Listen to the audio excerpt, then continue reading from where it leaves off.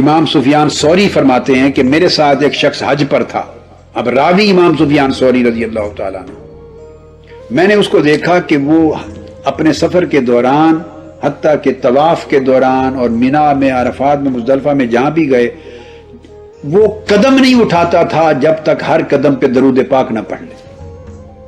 ہر قدم پہ درود پاک پڑھتا تھا.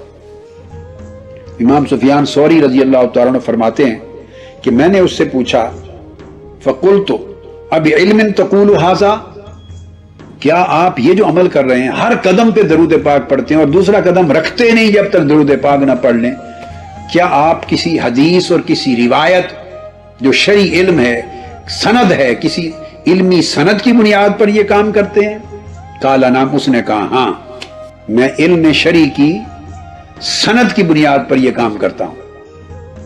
ثم قال، اس نے پوچھا من انت، اے پوچھنے والے آپ کون ہیں؟ وہ نہیں جانتا تھا کہ یہ امام سفیان ثوری ہیں. اتفاق سے جیسے حج پر آپس میں ساتھی مل جاتے ہیں، ہم سفر ہو جاتے ہیں. آپ کون ہیں؟ قلت سفیان الثوری، میں نے کہا میں سفیان الثوری ہوں. قال العراقی، اس نے پوچھا سفیان ثوری جو عراق کے ہیں، یعنی جو امام ہے جلیل القدر؟ قلت نعم، میں نے کہا ہاں. اس کے بعد اس نے کہا کہ میں نے درود پاک ہر قدم پہ پڑھنے کا وظیفہ اس وجہ سے شروع کیا کہ اس نے کہا کہ میں 1 سال پہلے وقت میں اپنی والدہ کے ساتھ حج کرنے آیا تھا.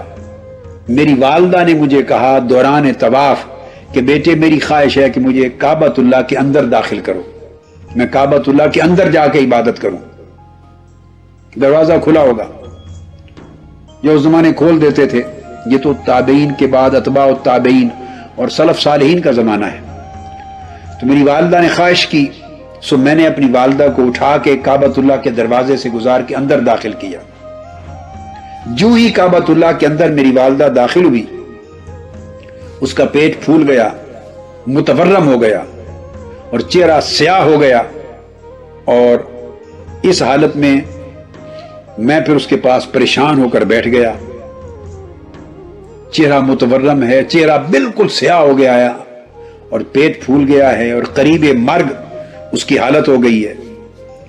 میں پریشان ہو کے بیٹھ گیا. میں نے ہاتھ اٹھائے کہ باری تعالیٰ اب اس حالت میں اپنی والدہ کو کہاں لے کے جاؤں اور کعبۃ اللہ سے باہر بھی نکالوں تو بڑی شرمساری ہے، سب لوگ طواف کرنے والے کیا کہیں گے. اس حالت پریشانی میں تھا کہ اچانک سفید لباس پہنے ہوئے نورانی چہرے کے ساتھ کوئی شخص اندر داخل ہوا اور اندر آ کر اس شخص نے میری والدہ کے چہرے کی طرف اشارہ کیا. فبیدہ، چہرہ روشن ہو گیا سفید نور کے ساتھ. پھر میری والدہ کے پیٹ کی طرف اشارہ کیا. فبیدہ، اس کا بطن بھی بالکل اس کی سوجن اور سویلنگ اور نارمل ہو گیا. پھر اس کی مرض ختم ہو گئی اور شفا یاب اور صحت یاب ہو گئی. جب وہ جانے لگے وہ نورانی چہرے والے اس کو شفا یاب کر کے، اس کے چہرے کو منور روشن کر کے اور اس کی ورم دور کر کے جانے لگے تو میں آگے دوڑا. میں نے عرض کیا من انت الذی فرجت عنی، اے میرے غم اور میرے اندوہ کو اور میری پریشانی کو اور میری مصیبت کو ختم کرنے والے آپ ہیں کون؟ بتائیں تو صحیح. انہوں نے جواب دیا قال انا نبیک محمد صلی اللہ تعالی علیہ وآلہ وسلم، میں تیرے نبی محمد مصطفیٰ صلی اللہ علیہ وآلہ وسلم. اور اس کی والدہ کی عادت کیا تھی کہ اس کی والدہ کثرت کے ساتھ آقا علیہ السلام پر درود و سلام پڑھا کرتی تھی، کثرت سے درود و سلام پڑھتی تھی. اس کے دیگر اعمال کی وجہ سے وہ گرفت میں آ گئی، مواخذہ ہو گیا، قریب اس کے کہ وہ مر جاتی یا اسی حال میں رہتی. تو آقا علیہ السلام نے کثرت سے درود پاک کا صلہ آ کے عطا فرمایا.